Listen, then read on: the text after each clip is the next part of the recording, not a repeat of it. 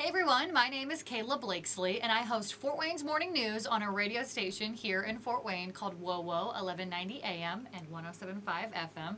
That means we're on two different kinds of radio stations, an AM dial and an FM dial. A lot of you are probably too young to be familiar with an AM dial, but that's okay. You know what a radio is.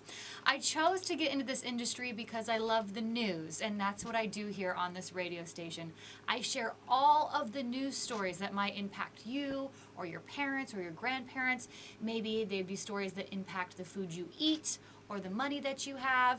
And that's what I do from 5 to 9 a.m. every single morning. I get up every day at 2:30 in the morning just so I can share all of these news stories with you right here on the radio.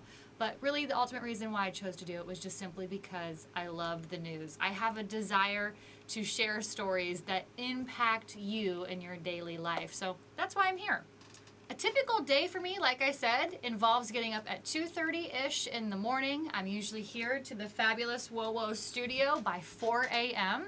and I immediately dive into the news that happened overnight or early in the morning, and that way I can kind of bring together all of the stories that I feel like are the most important to share with folks who are tuned in from 5 o'clock in the morning till 9 o'clock in the morning. So my show is 4 hours long. Once I get off the air at 9 a.m., I might spend my time recording commercials that air on the radio station. I could go out and meet with some clients who advertise on our radio station, whether it be a home builder or a deck builder, all sorts of folks I get to run into. I'll also pre-record some interviews, whether it be with local congressmen or elected leaders, or perhaps, folks from the local pet adoption center who have a pet up for adoption. And I do all those things until about 11:30, 12 o'clock in the afternoon, and then that's when I get to go home. So yes, I'm getting up pretty early while you're sleeping, but I get to go home around lunchtime. Back in elementary school, middle school, high school, I pretty much always wanted to work in the news. So I think it kind of goes hand in hand with what I'm doing today. But I'll be honest, what I first wanted to do was work in television broadcast, where you kind of share the news stories on TV. However, when I got into college at Penn State University, I got introduced to the great world of news talk radio. And once I was introduced, I was hooked and I never looked back. I've had multiple different kinds of jobs. The very first job I ever had was working at McDonald's. I got to clean the bathrooms and scrub the toilets, which was not a very glamorous job at all, but I did it because I needed to make a buck to afford to go to school so I didn't have to work at McDonald's, for my whole life, because that's just not what I wanted to do. I also worked at a country club and bussed tables. I was a waitress for about 4 years, all through college. I will say all of those journeys, they may not have related to the news, but I got to meet tons of people. I got to work on my conversation communication skills, which are extremely important in the job I do now, since I essentially talk for a living. So those jobs may not relate directly to what I do now, but they absolutely provided me with some very valuable tools to do what I do today. So that first job I ever had, McDonald's, and it's brought me here to working in radio.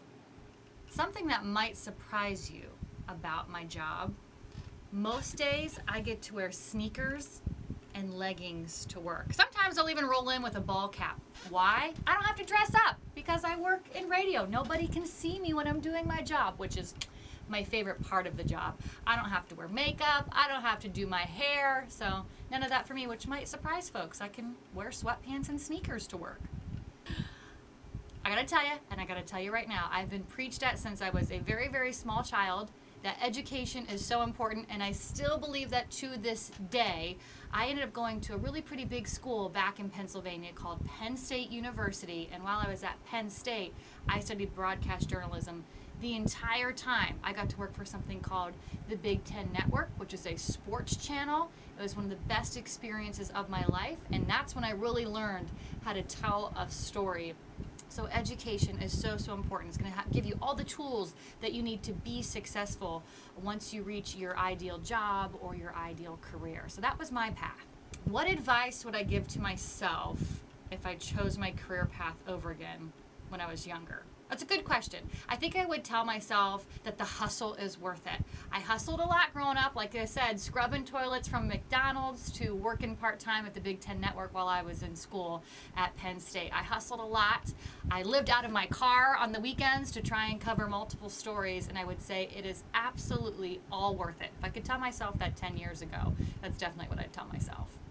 If you or anyone you know is super interested about learning what I do, I would highly, highly recommend that you just start getting educated when it comes to stories that are happening around your school, around your home, maybe at the local restaurant that you go to with your family. Once you start diving into things that are happening around you, you could easily get into radio, you can get into any kind of broadcast, TV, multimedia. Just start talking to people. You'll start to learn their stories and you'll get to know them and realize there are some great stories to be told all around you every day.